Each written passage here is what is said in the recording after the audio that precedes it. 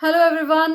Canada Canada Canada हर जगह Canada ही हो रहा है बिकॉज कनाडा ने कुछ मेजर चेंजेस किए हैं जिसमें से कुछ चेंजेस हम अपनी एक वीडियो में ऑलरेडी डिस्क्राइब कर चुके हैं। आप उसको देख सकते हैं, बिलो मेंशन्ड आपको उसका लिंक मिल जाएगा। और एक बहुत मेजर चेंज जो उस वीडियो में कवर नहीं हो पाया उसमें हम करेंगे इस वीडियो में चेंज, वो है स्पाउस वीजा में जो वर्क परमिट पे आप अप्लाई करते हैं उसमें एक बहुत बड़ा चेंज आया है।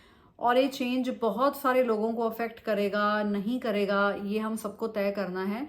तो वो क्या चेंज आया है अब हम डिस्कस करते हैं अभी के अभी। पर उससे पहले चैनल को जरूर सब्सक्राइब कर लें, आप वीडियो शेयर करें सो दैट अगर कोई भी इंपॉर्टेंट इन्फॉर्मेशन है वो आपके अपनों तक जरूर पहुंचे। और हम ये भी डिस्कस करेंगे चेंजेस क्यों आ रहे हैं और आगे डिस्कस करेंगे जो जो कनाडा कर रहा है क्या वो सही कर रहा है काम स्टूडेंट के लिए या वो गलत है। सो मास्टर डिग्री के लिए जो सबसे बड़ा चेंज आया है वो ये आया है कि पहले आपका मास्टर डिग्री चाहे 1 साल का भी हो, आपका स्पाउस आप वर्क परमिट पे आपको ज्वाइन कर सकता है। लेकिन अब ये बोला गया है कि मास्टर डिग्री सिर्फ वही चलेगी जो 16 मंथ की ड्यूरेशन वाली हो। 16 मंथ बेसिकली 2 years वाली ही होती है। जो लोग 2 साल की मास्टर डिग्री में जाते हैं वो पढ़ते एक्चुअली 16 मंथ की हैं, रेस्ट छुट्टियां आ जाती हैं और बहुत कुछ, पर वही प्रोग्राम होता है जो 2 सालों का होता है। यानी कि 2 सालों की अगर आपकी मास्टर डिग्री है तभी आप अपने स्पाउस को वर्क परमिट पे बुला पाएंगे। कहीं ना कहीं मुझे लगता है ये गलत है क्योंकि ये अपनी ही बात पे फिरने वाली बात है कि पहले आपने कोई रूल डिस्क्राइब कर दिया और बाद में कुछ और कह देना, ये गलत है। Rules are made for a long period. It is not that कि every 6 months we are changing the policy. इससे एक बच्चा जो इतना पैसा लगा के वहां अप्लाई करने जा रहा है उसको बहुत ज्यादा प्रॉब्लम होती है because money involve in student visa is immense. So मुझे लगता है कि जो भी पॉलिसी आई है ये बिल्कुल गलत है। अगर तो आप 1 year और 1 year से मोर वालों को भी इंक्लूड कर रहे हो तो आप पॉजिटिवली पॉलिसी चेंज करें, there is no problem. But एक बनी बनाई पॉलिसी को ऊपर से फिर चेंज कर देना 6 months के बाद, this is really not done और ये बिल्कुल गलत हो रहा है। पर इसका सबसे बड़ा मेजर रीजन ये रहा है कि अनएम्प्लॉयमेंट रेट को देखते हुए ये चेंजेस लाए जा रहे हैं बिकॉज उनके पास ऑलरेडी बहुत बच्चा अनएम्प्लॉयड बैठा है, इसलिए वो और नहीं चाहते हैं कि बाहर से कोई और ओपन वर्क परमिट में आए और यहाँ पर आके उन लोगों में प्रॉब्लम बने जो ऑलरेडी अनएम्प्लॉयड हैं। पर honestly speaking if you ask me, मुझे ऐसा लगता है कि अनएम्प्लॉयमेंट सिर्फ उन लोगों को इस टाइम फेस करनी पड़ रही होगी जो शायद स्किल्ड इतने नहीं है। अगर आपके पास स्किल्स नहीं है, आप सिर्फ अपने 6 बैंड के बदौलत कनाडा पहुंचे और आपको लगता है कि वहां आपको कुछ स्पेशली स्किल नहीं आपके हाथ में, तो डेफिनेटली आपको सिर्फ कनाडा में नहीं, मुझे लगता है वर्ल्ड के हर कोने में प्रॉब्लम आएगी। अब ऐसे बच्चों को तो शायद इंडिया में भी प्रॉब्लम आए। तो if you are going abroad you need to be skilful. और अगर आप स्किलफुल नहीं है और हम कंट्री पे ब्लेम करें, ये मुझे समवेयर सही नहीं लगता। पर कनाडा के केस में यह कि बच्चा ज़्यादा बुला लिया है, शायद उनके पास इतना इंफ्रास्ट्रक्चरल अरेंजमेंट नहीं है। पर मुझे लगता है कि अगर इतने बच्चे वहां पर समा गए हैं तो उनकी भी तो आगे बेसिक नेसेसिटीज बड़ी होंगी, तो जॉब समवेयर बढ़नी चाहिए। क्या कंसर्न है, बच्चे ज्यादा मेहनत नहीं कर रहे हैं जिनको अनएम्प्लॉयमेंट फेस करनी पड़ रही है, whatever is the reason, ये डीप डाउन जाकर इस पर भी रिसर्च करनी बहुत जरूरी है।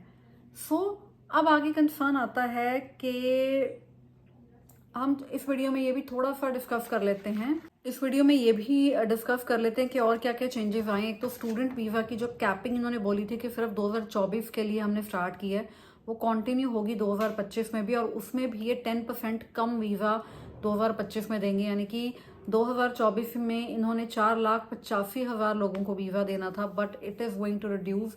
ये रह जाएगा 2025 में 4,37,000 अराउंड। पर ऑनेस्टली स्पीकिंग क्योंकि कनाडा में कई लोग नेगेटिव होके अप्लाई नहीं करेंगे तो नंबर ऑफ एप्लीकेशंस भी कम होंगी। तो मेरे अकॉर्डिंग ओवरऑल जो वीज़ा सक्सेस रेशो है वो कम नहीं होने वाला। पर कनाडा 2026 तक ये कैपिंग को 3 लाख तक ले आएगा, यानी कि 2026 में स्टूडेंट वीज़ा का रेशो और कम हो जाएगा। बट मैं हमेशा यही कैलकुलेट करती हूँ कि अगर नंबर ऑफ एप्लीकेशंस ही कम होंगी तो अगर कैपिंग कम हो भी जाए बच्चों को फर्क नहीं पड़ने वाला। एक और इन्होंने चेंज किया था कि मास्टर डिग्री और डॉक्टोरल प्रोग्राम में जो प्रोविंशियल नॉमिनेशन लेटर चाहिए होती है वो नहीं चाहिए, पर अब से वो लेटर मास्टर डिग्री वालों को भी चाहिए और डॉक्टोरल प्रोग्राम वालों को भी चाहिए। उसके बाद जो चेंज किया गया है कि पोस्ट स्टडी वर्क अगर आप 1 नवंबर के बाद अप्लाई करेंगे तो आपको आईएलटीएस की रिक्वायरमेंट है before applying your post study work. तो अगर आप यूनिवर्सिटी पे से पढ़े हुए हैं कोई भी लेवल पे तो आपको CLB लेवल 7 का आईएलटीएस चाहिए, यानी कि ईच मॉड्यूल में 6 बैंड चाहिए आपको। और अगर आप कॉलेज से पास आउट हैं तो आपको CLB लेवल 5 यानी कि रीडिंग में 4 बैंड और बाकी 3 मॉड्यूल्स में 5 बैंड की रिक्वायरमेंट है। ये एडिशन किया गया जिसका मुझे लगता है कि शायद कोई बेनिफिट नहीं है। सो ये सारे रूल्स चेंज कनाडा ने कर दिए हैं विद इमीडिएट इफेक्ट। और सबसे बड़ी बात यह कि सितंबर के हर साल के सितंबर में कनाडा अपने नए रूल्स लेके आता है, जहाँ अक्सर यही होता था कि टेम्पररी रेजिडेंट वालों के लिए अच्छी न्यूज़ होती थी, बट इस बार शायद वो न्यूज़ इतनी अच्छी नहीं होने वाली है। और इन्होंने अभी ये भी अनाउंस कर दिया कि टेम्पररी रेजिडेंट वीज़ा में ये बहुत सिग्निफिकेंट चेंजेस लेके आएंगे। सिग्निफिकेंट चेंजेस हमारे अकॉर्डिंग पॉजिटिव सेंस में तो शायद नहीं होने वाले। और मैं ये आपको रिपीट में बोलूँगी कि इतने सिग्निफिकेंट चेंजेस जो आने वाले हैं वो इसीलिए हैं क्योंकि अनएम्प्लॉयमेंट रेशो जो कहने में आ रहा है मार्केट में, इस वजह से शायद सिग्निफिकेंट चेंजेस लाने वाले हैं।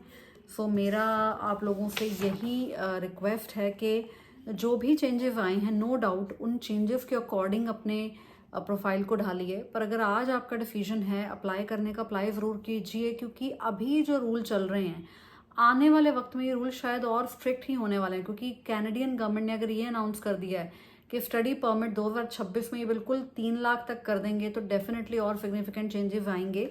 पर एक बहुत अच्छी टिप आप लोगों को मैं देना चाहती हूँ, पता नहीं आप फॉलो करते हैं कि इट्स प्योरली ऑन यू।